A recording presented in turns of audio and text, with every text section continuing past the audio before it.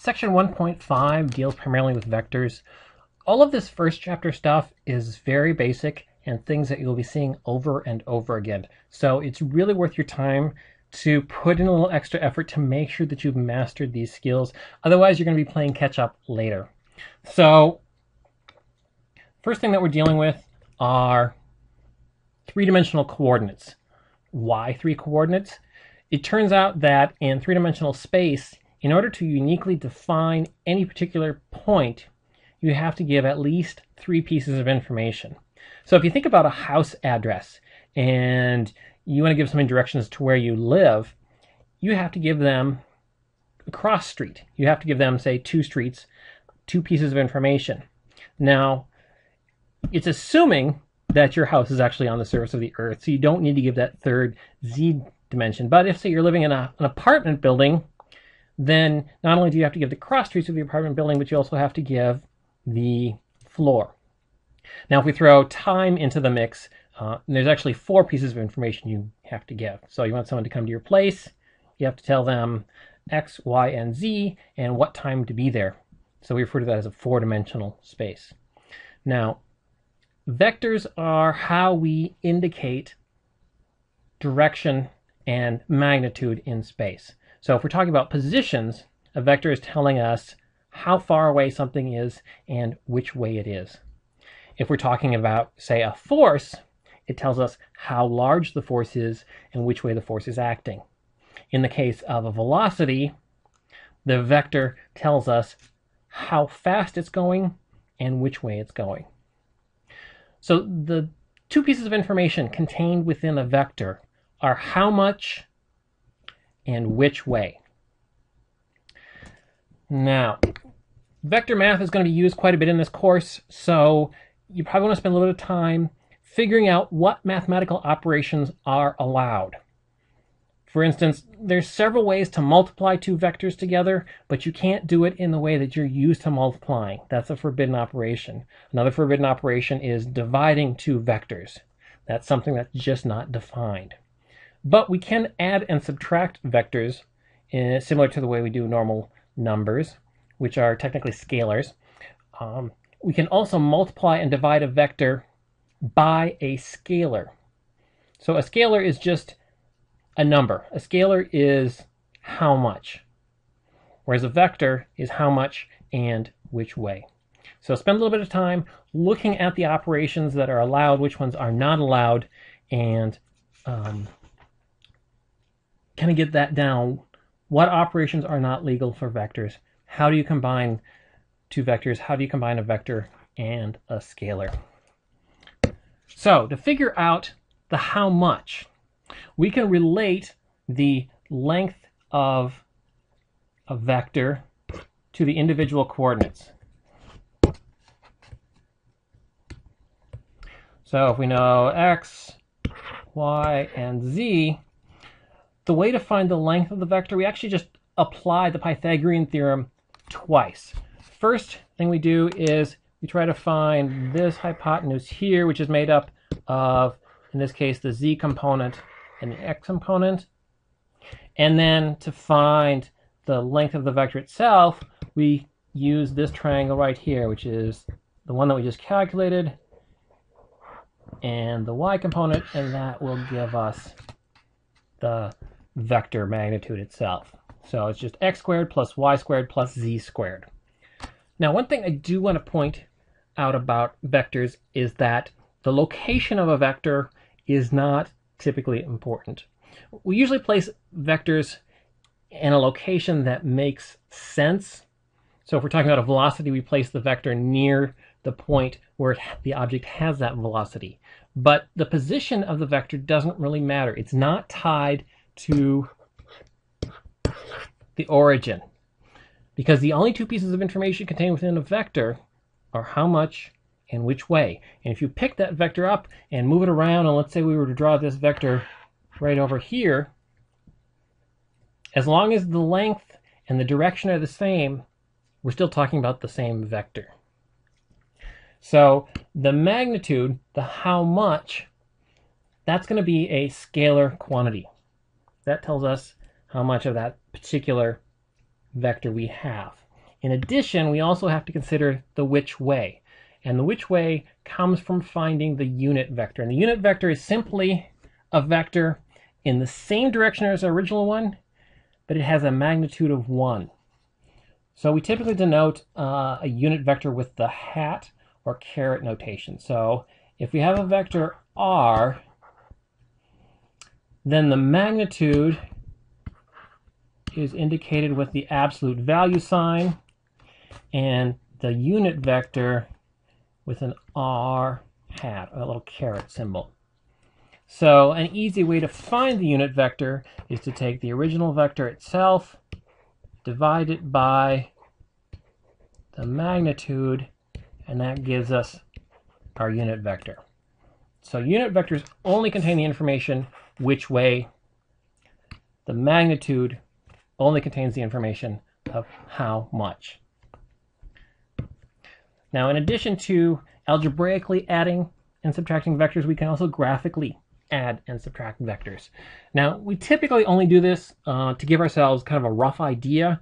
In the real world, you're not going to draw out these vectors with rulers and measure them, but it's a useful skill to have to be able to understand how these vectors combine. So what we do when we add vectors is we place them nose to tail. And it turns out the ordering doesn't matter. But we go ahead, we place one vector down, say vector A, and then at the nose of vector A, we place the tail of vector B, and then the sum of these two is from the tail of the first vector to the nose of the last vector. So make sure you understand how adding vectors together graphically happens. Subtracting vectors, there's some tricks going on here, but the easiest thing to do is if you place the two vectors together tail to tail, and then start at the nose of the vector that's being subtracted. All right, the vector after the minus sign. Start at the nose of that guy, go to the nose of the other one, and that will tell us that subtracted quantity. Now, one thing I want you to really pay close attention to is the idea of relative position vectors. And that's something that we'll be getting to in the end of section 5.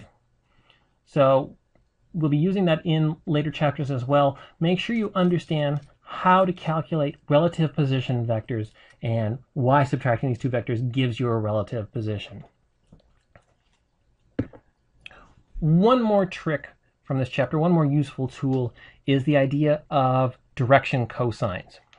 So it turns out if you know the angle between a particular axis and your vector, so for instance, the angle between the x-axis and your vector, we call that theta x. That's this angle right here. The angle between the y-axis and your vector is theta y, and same thing with the z-axis and the vector. If you take the cosine of these angles, that will actually give you the unit vector for that. Because what you're doing is the cosines and sines come from the unit circle. You may remember a long time ago, back in trigonometry, the idea of the unit circle or the unit sphere. And that's where these cosines and sines come from. So when we're calculating cosines and sines, we're actually dealing with unit vectors. So the direction cosines are giving you the component of a vector along a particular unit axis. So take a look at that, and hopefully this will help you get a start on this chapter. This mini lecture will cover sections 1.1 through 1.4, and the goal of these mini lectures is to kind of give you an idea what things you should be looking for in the reading. I should point out that in reading the textbook, I don't expect you to understand everything. That's not the goal of the textbook. The purpose of the textbook is to get you to start thinking about these things, to introduce you to some of the terminology, and to get you to start asking questions. So with these mini lectures, I'm hoping to focus in on some of the more important questions and more important thoughts from each section to kind of help you out.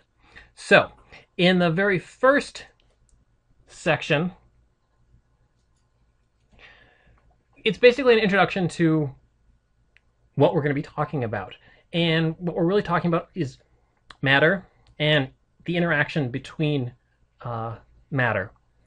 Now, the interesting thing is that there's really only three components of matter that we're worried about: the electron, proton, and neutron.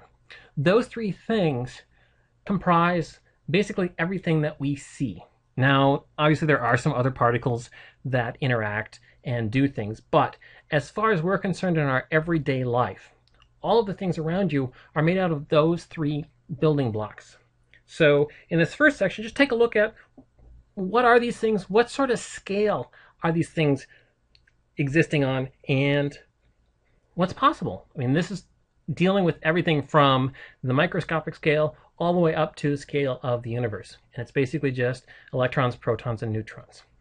Now, the next three sections really focus on the concept of interactions. And what you want to do by the end of these sections is have an idea what an interaction is, how you can tell if one is present, and a really good question to ask yourself is it possible for interactions to be one way? In other words, if you have a ball interacting with some other object, does that automatically imply that that object is interacting back with the ball? Or is this just a one-way street? So really focus on what's going on with these interactions. The section 2 starts off with talking about motion diagrams. These motion diagrams are basically if you were to take a strobe picture of motion and you kind of mark off the position at regular time intervals. So here, this arrow is indicating the direction of motion, so this object starts off here and moves along here. Notice that between each time step, the distance traveled gets bigger and bigger and bigger. From that, we can draw the conclusion that there has to be some sort of interaction that's making that change. Interactions ultimately are about change. That's really what we're looking at. A little bit later in the section, they get into a little bit more formal type of motion diagram where each arrow is representing the direction of motion. It's representing the velocity. One thing I want you to notice is that they're not merely connecting the points with the arrows. All right? This isn't telling you which way do you go from this point to this point. It's telling you at this particular position, which way is it moving. And notice that this arrow is pointing off away from point 2. That fact alone tells us that there's some sort of interaction going on, because at this point, this guy's moving this way, but something is causing it to go in a curved trajectory of some sort. So with these motion diagrams, you don't want to just connect the dots. You want to make sure that your arrows are indicating something useful. The dots themselves don't need to be connected. The arrows contain a whole lot of information. So when you're reading through these next sections, make sure that you develop this idea of what an interaction is. How do you know if an interaction is there? Also in section 3, take a look at Newton's first law. There are 3 more laws that we'll be talking about, and Newton's first law is, of course, the first one. So what exactly does it mean? An object moves in a straight line and at constant speed except to the extent that it interacts with other objects.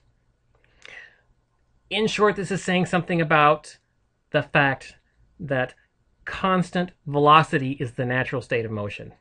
An object moving in a straight line will keep moving in a straight line with no interaction at all until something interacts with it, causes it to speed up, slow down, change direction, what have you.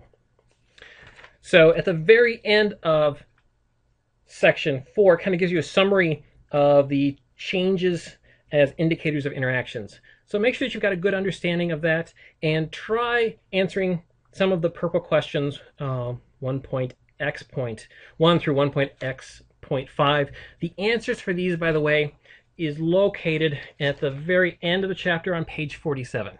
So go ahead, take a look at those, and I hope this helped.